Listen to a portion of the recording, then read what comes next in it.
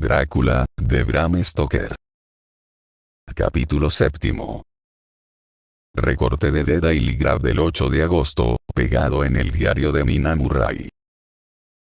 De nuestro corresponsal, Whitby, acabamos de sufrir una de las tormentas más fuertes e imprevistas de que se tenga noticia en este lugar, con resultados extraños y singulares. El tiempo era algo bochornoso, aunque no en grado poco corriente para el mes de agosto. La noche del sábado fue de lo mejor, y la multitud de visitantes se extendió ayer por Mulgrave Woods, la bahía de Robin Hood, Rick Mill, Brunswick, Staithes y por diversos enclaves de los alrededores de Whitby. Los vapores Emma y Scarborough recorrieron la costa en diversos viajes, y se hicieron un número poco corriente de excursiones a Whitby, y también desde esta ciudad. Hizo un tiempo excepcionalmente bueno hasta la caída de la tarde, momento en que algunos de las vecinas que frecuentan el cementerio del acantilado del este y que desde ese promontorio vigilan la amplia extensión marítima que se domina al norte y al este observaron una manga, muy alta en el cielo, al noroeste. Entonces el viento soplaba desde el sudoeste, en el grado leve que en lenguaje barométrico se denomina M2, brisa ligera. El guardacostas de turno hizo un informe inmediatamente, y un viejo pescador, que lleva observando las señales de los cambios atmosféricos desde hace más de medio siglo, predijo decididamente la llegada inminente de una tormenta. La puesta de sol fue tan bella, tan grandiosa, con sus masas de nubes de colores espléndidos, que se congregó casi una multitud en el paseo que bordea el precipicio del viejo cementerio para contemplar tanta belleza. Antes de que el sol se hundiera tras la oscuridad del Ketlenes, que se yergue audazmente en medio del cielo occidental, una miríada de nubes de todos los colores del crepúsculo marcó su camino descendente. Fuego, púrpura, rosa, verde, violeta, y todos los tonos de dorado. Aquí y allá, cúmulos no demasiado grandes, pero de una negrura aparentemente absoluta, con formas de todo tipo, también dibujadas como colosales siluetas. La experiencia no fue desaprovechada por los pintores, y, sin duda, las paredes de la RA y del RI 21 se embellecerán el próximo mayo con bocetos del preludio a la gran tempestad. Más de un patrón de barco decidió en ese momento que su coble o su mulé, como denominan a las diferentes clases de barcos, se quedarían en el puerto hasta que hubiese pasado la tormenta. Por la noche, el viento amainó por completo, y a medianoche descendió una calma chicha, acompañada de un calor sofocante y del nerviosismo generalizado que afecta a las personas de naturaleza sensible ante la inminencia de la tormenta. Pocas luces se veían en el mar, e incluso los vapores costeros, que por lo general nunca se alejan de la costa, mantenían el rumbo mar adentro, y se veían pocos barcos pesqueros. La única embarcación visible era una goleta extranjera con todas las velas desplegadas, que al parecer se dirigía al oeste. La estupidez o ignorancia de sus oficiales fue tema prolífico de comentarios mientras estuvo a la vista, y se hicieron tentativas de enviarle señales al objeto de que arriase las velas, pues corría grave peligro. Antes de que cerrase la noche, se la vio con las velas revoloteando inútilmente mientras se balanceaba con suavidad en el ondulante oleaje, tan inútil como un barco pintado en un océano pintado 22. Poco antes de las 10, la calma de la atmósfera se hizo opresiva, y el silencio era tan acentuado, que se oía claramente el balido de una oveja en el campo o el ladrido de un perro en la ciudad, y la banda del malecón, con su aire vivaz y francés, era como una disonancia en medio de la imponente armonía del silencio de la naturaleza. Poco después de medianoche se oyó un extraño ruido procedente del mar, y en las alturas del aire empezó a resonar un estruendo extraño, débil y hueco. Entonces, sin previo aviso, se desató la tempestad. Con una rapidez que en su momento pareció increíble, y que incluso después resultó imposible comprender, se crispó el aspecto todo de la naturaleza. Las olas se elevaron con furia creciente, cada una sobrepasando a la otra, hasta que al cabo de unos pocos minutos el mar, que hasta entonces había estado cristalino, se convirtió en un monstruo rugiente y voraz.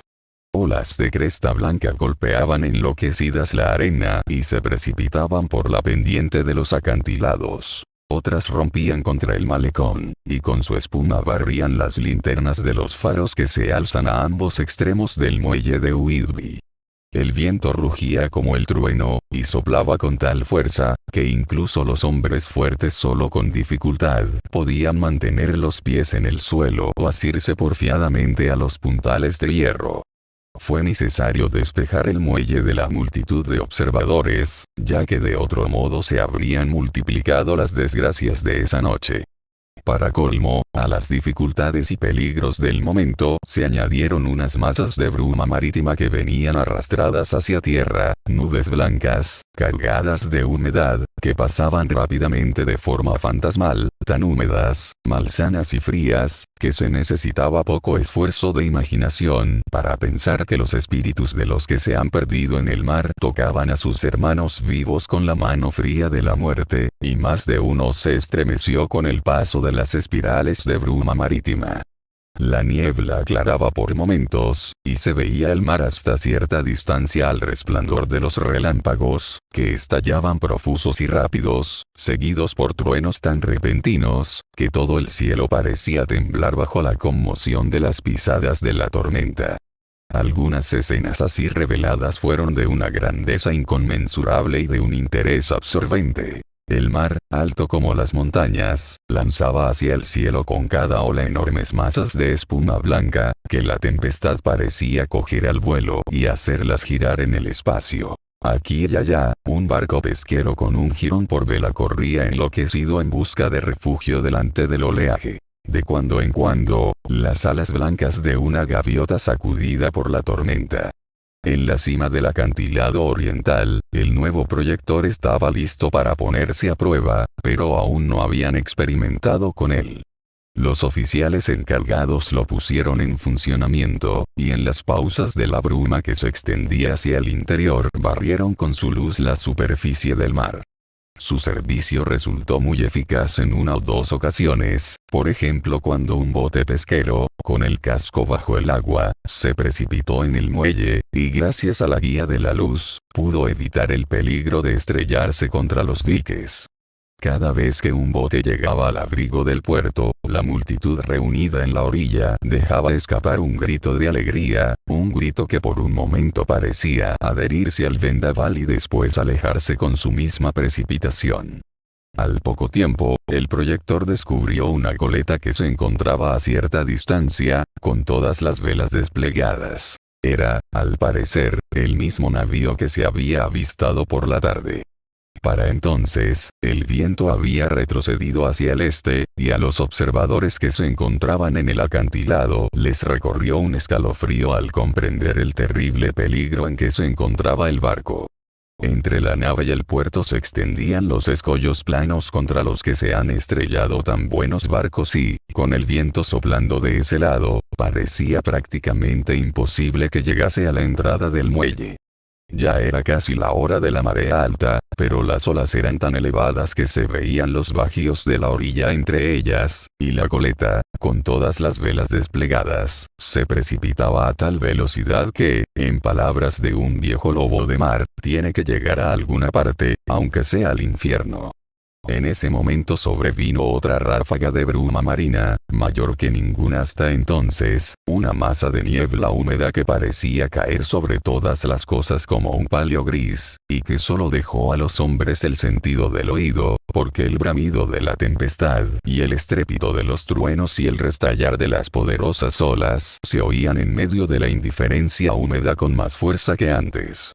Los rayos del proyector se mantenían fijos en la boca del muelle, por encima del malecón oriental, donde estaba previsto que se produjese el choque, y los hombres esperaban con la respiración contenida.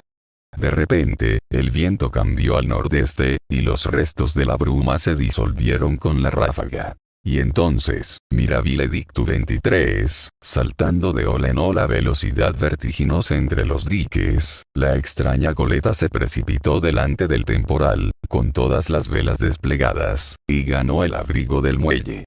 El proyector la siguió, y un escalofrío recorrió a todos los que la observaban, porque había un cadáver atado al timón, con la cabeza colgando, que se balanceaba de una forma horrible a cada movimiento del barco. En el puente no se veía ninguna otra silueta. Un gran temor embargó a todos al comprender que el barco había encontrado el muelle como por milagro, sin gobierno, salvo por la mano de un hombre muerto. No obstante, todo ocurrió en menos tiempo del que se tarda en escribir estas palabras. La goleta no se detuvo, sino que, atravesando precipitadamente el muelle, arremetió contra la acumulación de arena y grava lavada por múltiples mareas y tormentas en el extremo sudoriental del malecón, que sobresale por debajo del acantilado oriental, conocido localmente como Malecón de Tateil. Naturalmente, al encallar el navío en el montón de arena, se produjo una considerable conmoción. Se tensaron todas las vergas y estallés y cordajes, y se desmoronó una parte del palo mayor. Pero lo más extraño de todo es que, en el mismo instante en que el navío tocó la orilla, un enorme perro brincó a cubierta desde abajo, como impulsado por el choque, echó a correr y saltó a la arena desde proa. Se dirigió hacia el escarpado acantilado, donde el cementerio sobresale por encima del camino del malecón meridional con tan gran inclinación que algunas de las tumbas planas, piedras atravesadas, como las llaman en el lenguaje local de Whitby, se proyectan sobre el lugar en que se ha desmoronado el apoyo del acantilado, y desapareció en la oscuridad, que parecía más intensa detrás de la parte iluminada por el proyector. Dio la casualidad de que no había nadie en el malecón de Tateil en ese momento, ya que todos aquellos cuyas casas se encuentran en las proximidades estaban en la cama o afuera, en la montaña. Así que el primero en subir a bordo fue el guardacostas de servicio en el extremo oriental del muelle, quien inmediatamente corrió hacia el muelle pequeño. Los hombres que hacían funcionar el reflector, tras registrar la entrada del muelle sin hallar nada, enfocaron la luz hacia el barco abandonado y allí la dejaron. El guardacostas corrió a popa y, al llegar junto al timón, se inclinó para examinarlo y retrocedió de inmediato, como embargado por una emoción súbita. Al parecer, aquello despertó la curiosidad general, y cierto número de personas echaron a correr. Hay un largo trecho por el puente levadizo entre el acantilado occidental y el malecón de Tateil, pero este corresponsal es un buen corredor y llegó a la cabeza de la multitud.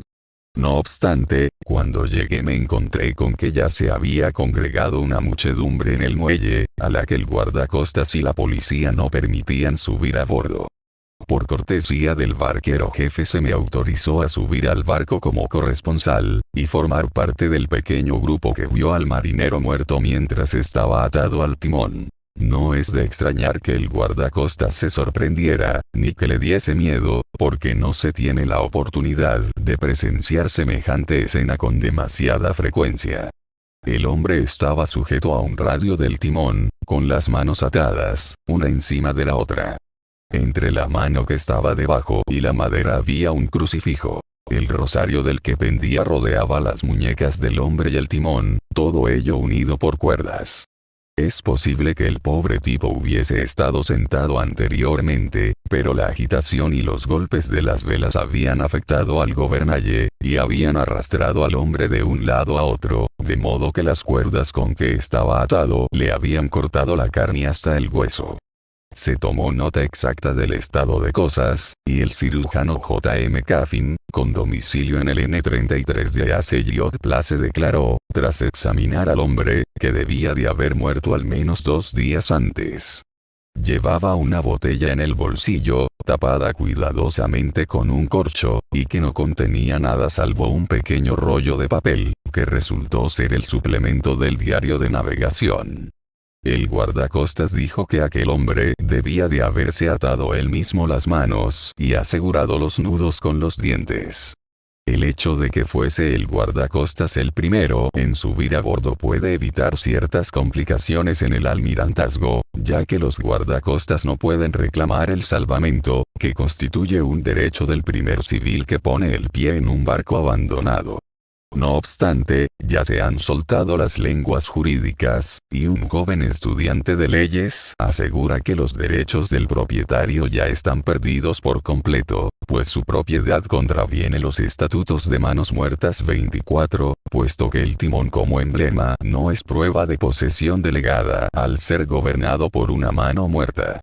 No hace falta decir que quitaron reverentemente al piloto muerto del lugar que con tanto honor había ocupado como vigía y custodio, con una resolución tan firme como la del joven Casabianca 25, y que lo trasladaron al depósito de cadáveres a la espera de la investigación judicial. Ya está amainando la tormenta, y su furia, menguando. La muchedumbre se dispersa hacia sus casas, y el cielo empieza a enrojecerse sobre las ondulaciones de Yorkshire.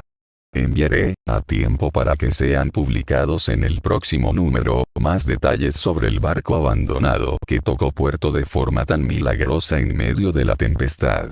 Whitby, 9 de agosto, los resultados de la extraña llegada del barco abandonado en mitad de la tempestad la noche pasada son casi más sorprendentes que el hecho en sí. Se trata de una goleta rusa, de Varna, que se llama Demeter. Se encuentra casi por completo lastrada de arena argentífera, y solo transporta una pequeña carga. Cierta cantidad de cajones de madera llenos de mantillo. Esta carga fue enviada a nombre de un procurador de Whitby, el señor S.F. Billington, con domicilio en The Crescent, número 7, quien subió esta mañana a bordo a tomar posesión formal de las mercancías que le habían enviado. Asimismo, el cónsul ruso, actuando en nombre del fletador, tomó posesión formal del barco, pagó todos los derechos de estancia en el muelle, etc. Aquí no se habla hoy de otra cosa que de la extraña coincidencia. Los funcionarios del Ministerio de Comercio se han mostrado muy severos a la hora de asegurarse de que se realicen todas las comprobaciones según las reglamentaciones vigentes. Como el asunto va a ser el enigma de los 9 días, es evidente que están decididos a que no haya motivo de quejas posteriores. Se ha despertado gran interés en torno al perro que saltó a la orilla al encallar el barco, y varios miembros de la Sociedad Protectora de Animales, que es muy influyente en Whitby, han intentado recoger al animal. Pero, para decepción de todos, no se le encuentra por ninguna parte. Al parecer, ha desaparecido de la ciudad. Es posible que se asustara y que se dirigiera a los brezales, donde seguirá escondido, presa de pánico. Hay quien considera con temor dicha posibilidad, en caso de que se convirtiese más adelante en un peligro, puesto que evidentemente se trata de una bestia feroz. A primeras horas de esta mañana se ha encontrado un perro muerto, un mastín mestizo, en la carretera que hay frente al patio de su dueño. Pertenecía a un comerciante de carbón que vive cerca del malecón de Tateil. Se había peleado, con un rival a todas luces salvaje, porque tenía la garganta destrozada y el vientre abierto, como desgarrado por unas garras poderosas. Más tarde, por gentileza del inspector del Ministerio de Comercio, me ha sido permitido examinar el diario de navegación del Demeter, que estaba en orden hasta hace 3 días, pero que no contiene nada de interés especial, excepto los hechos referentes a hombres desaparecidos. No obstante, lo más interesante se refiere al papel encontrado en la botella, que presentaron hoy durante la investigación judicial. Yo jamás me había topado con un relato tan extraño como el que contiene este rollo de papel. Como no existe ningún motivo para ocultarlo, tengo permiso para utilizarlo, y, por tanto, les envío una reproducción del escrito, en la que simplemente se han omitido los detalles técnicos concernientes a náutica y cargamento. Parece como si se hubiese apoderado del capitán una especie de manía antes de adentrarse en el mar, y que esta manía se hubiese desarrollado persistentemente durante la travesía.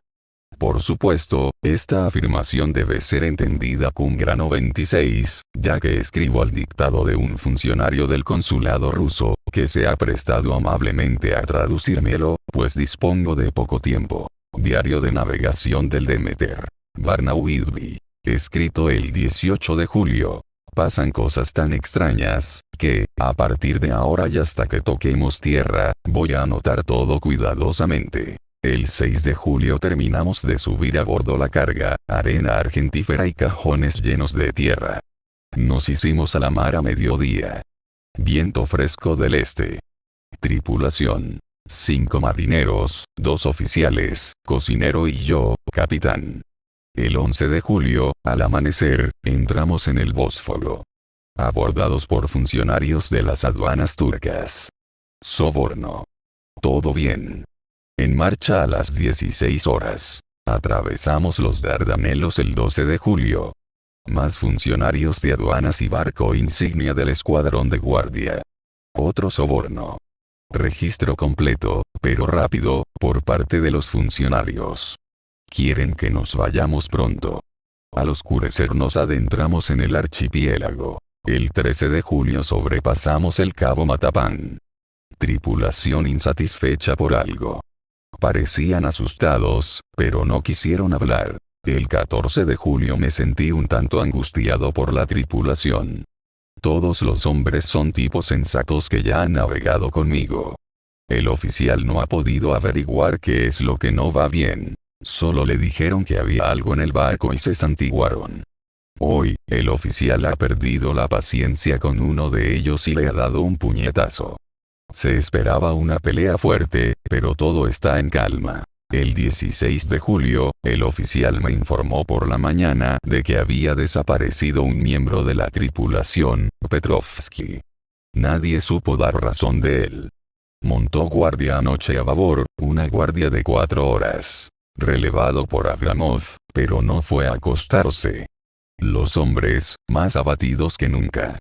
Todos dijeron que esperaban algo semejante, pero lo único que quisieron decir fue que había algo a bordo.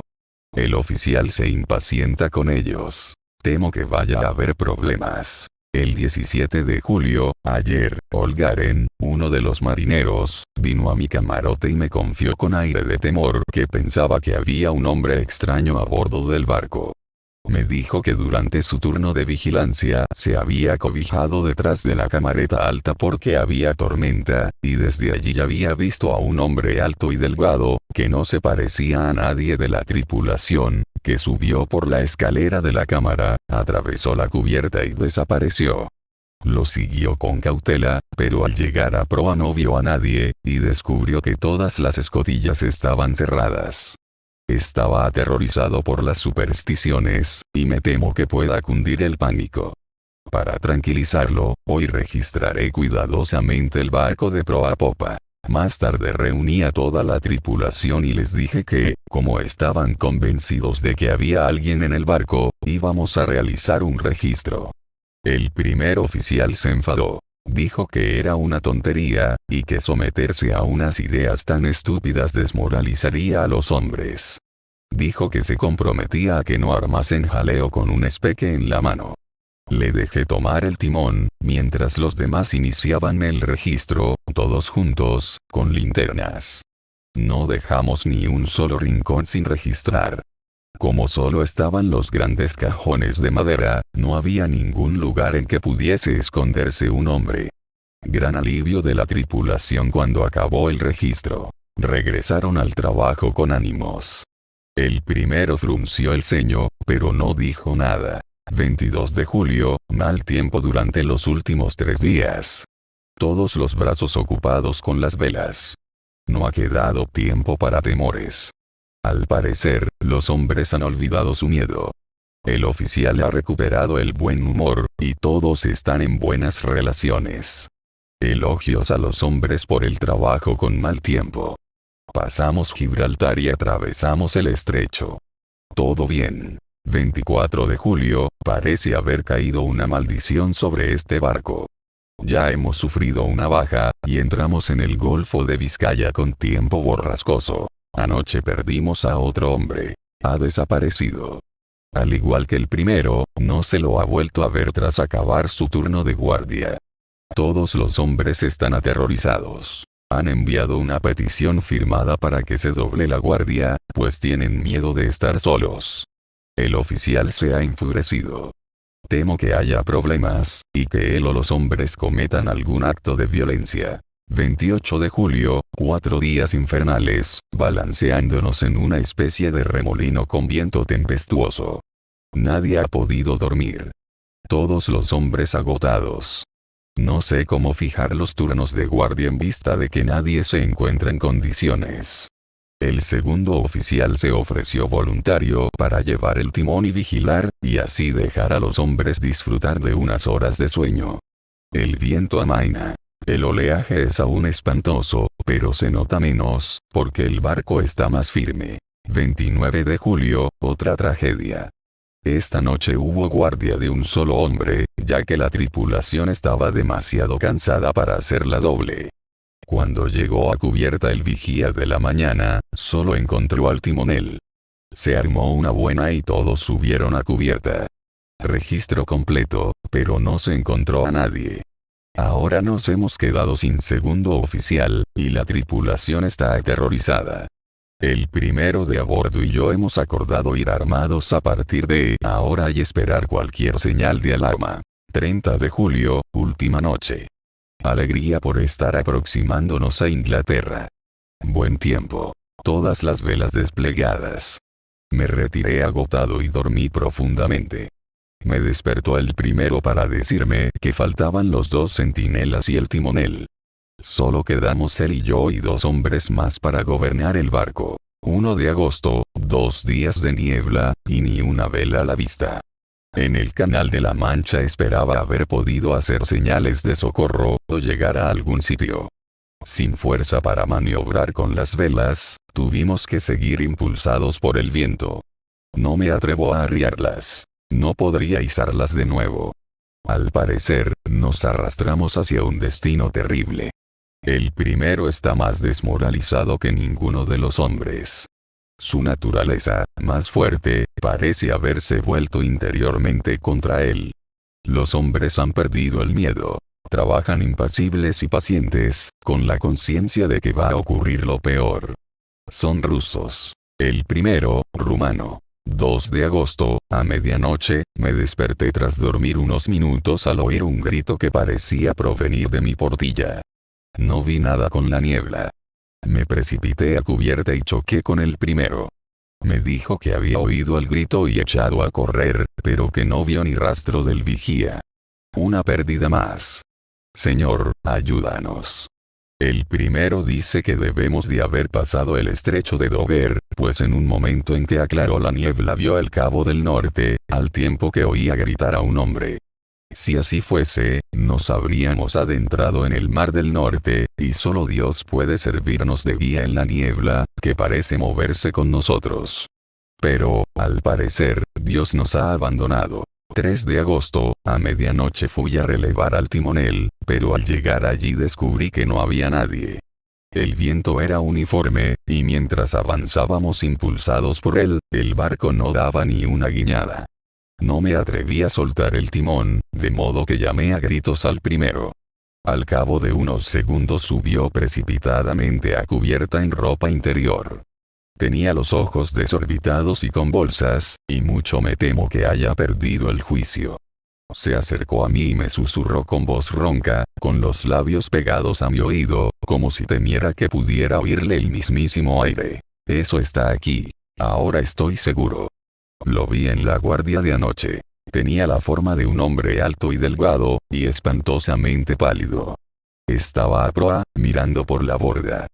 Llegué hasta él de puntillas, y le clavé un cuchillo. Pero el cuchillo lo atravesó como si estuviera vacío como el aire, y mientras hablaba sacó un cuchillo y golpeó furiosamente el aire con él. Después prosiguió. Pero está aquí y lo encontraré. Quizá esté en la bodega, en uno de esos cajones. Voy a desatornillarlos uno por uno para buscarlo. Usted ocúpese del timón y con una mirada de advertencia y un dedo en los labios, se dirigió abajo. Se levantaba un viento picado, y no pude abandonar el timón. Lo vi subir de nuevo a cubierta con una caja de herramientas y una linterna, y bajar por la escotilla de proa. Está completamente loco, loco de atar, y de nada serviría tratar de detenerlo. No logrará nada de esos cajones. Están facturados como arcilla, y no conseguirá nada. Así que me he quedado aquí, a vigilar el timón, y a escribir estas notas. Solo me resta confiar en Dios y esperar a que aclare la niebla. Entonces, si no puedo poner rumbo a ningún puerto con el viento que hay, arriaré velas, me quedaré inmóvil y enviaré señales de auxilio. Ya casi ha acabado todo. Cuando empezaba a esperar que el oficial llegase más tranquilo, porque le había oído golpear algo en la bodega, y el trabajo le sienta bien, se oyó por la escotilla un alarido súbito, sobrecogedor, que me heló la sangre en las venas, y el oficial subió a cubierta como una bala. Loco de atar, con los ojos en blanco y la cara convulsionada por el miedo. «¡Sálveme, sálveme!», gritó, y miró a su alrededor, hacia el manto de niebla. El horror se convirtió en desesperación, y dijo con voz firme: «Será mejor que usted también venga, capitán, antes de que sea demasiado tarde. Él está allí. Ahora conozco el secreto. El mar me salvará de él, y eso es todo lo que queda».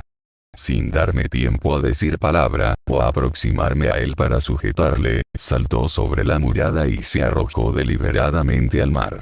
Supongo que yo ahora también conozco el secreto. Fue este loco quien se deshizo de todos los hombres, uno a uno, y ahora él mismo los ha seguido. Que Dios me ayude.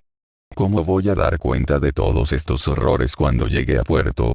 Cuando llegue a puerto. ¿Acaso ocurrirá alguna vez? 4 de agosto, aún hay niebla, que el sol naciente no puede rasgar. Sé que está saliendo el sol porque soy marinero, no por otra cosa. No me he atrevido a bajar. No me he atrevido a abandonar el timón, así que me he quedado arriba toda la noche y en las tinieblas de la noche lo he visto. Lo he visto. Que Dios me perdone, pero el primero hizo bien arrojándose por la borda. Es mejor morir como un hombre. Nadie puede poner objeciones a morir como un marinero, en el agua azul.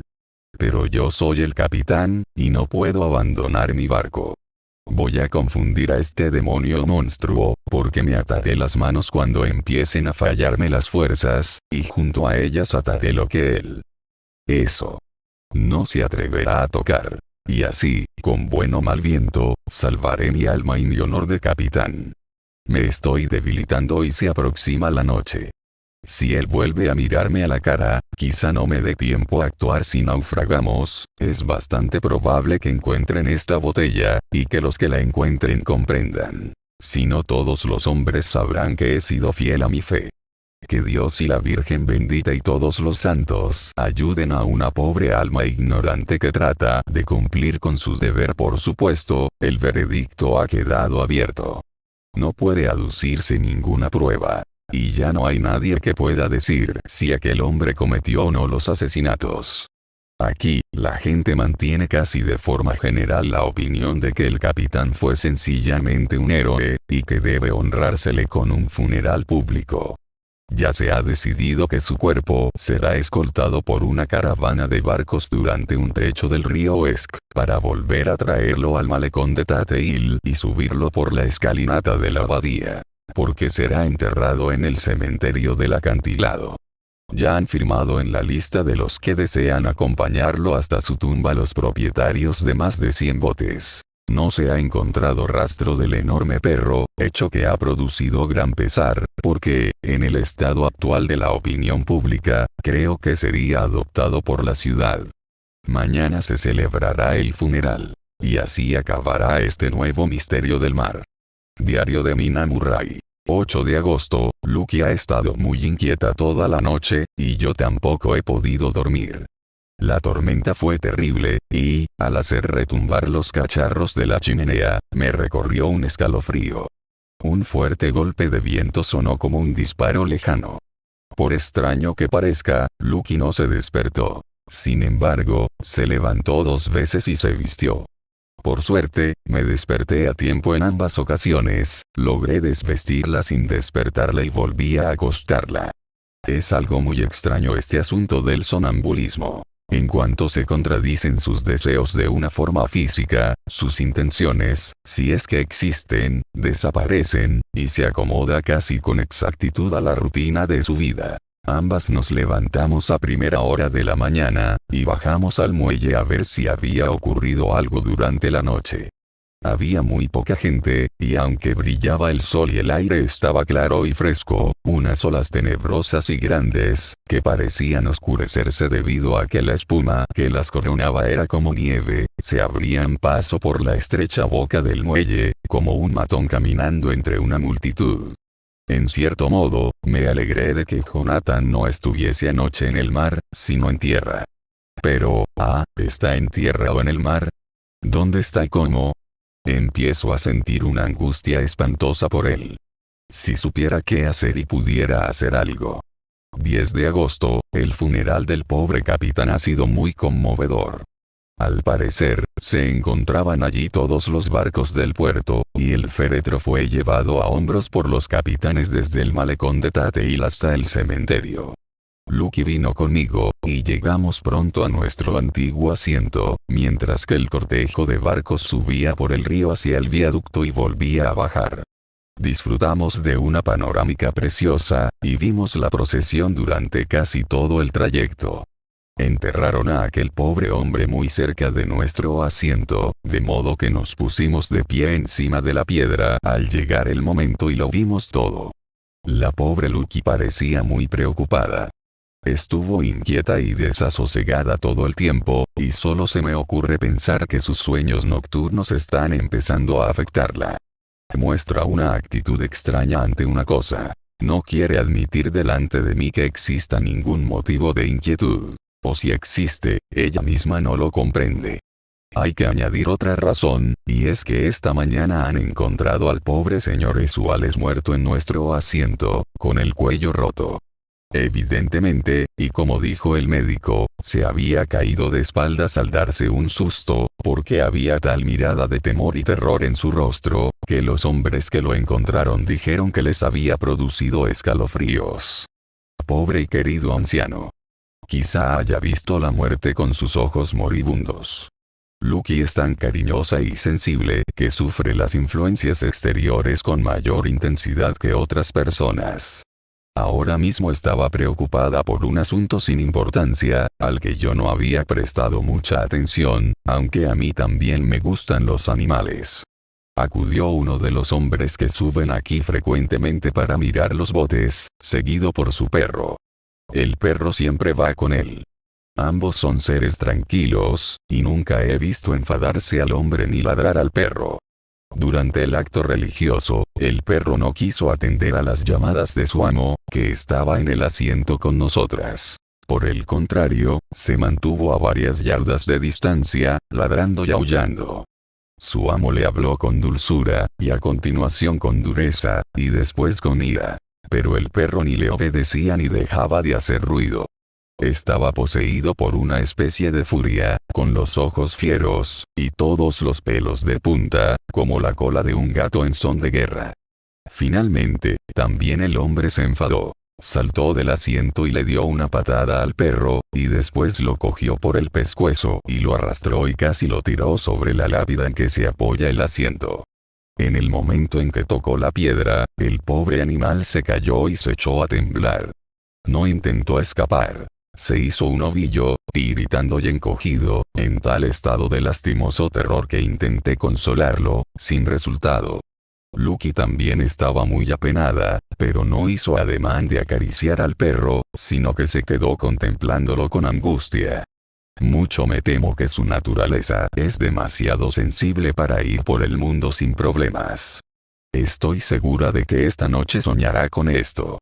Tanta acumulación de cosas. El barco gobernado hasta el puerto por un hombre muerto. Su postura, atado al timón con un crucifijo y un rosario. El conmovedor funeral. El perro, tan pronto furioso como aterrorizado, constituirán material para sus sueños. Creo que lo mejor para ella será irse a la cama físicamente agotada, de modo que voy a llevarla a dar un largo paseo por los acantilados, hasta la bahía de Robin Hood, y a continuación el paseo de regreso. Después de eso, no le quedarán muchos deseos de caminar en sueños.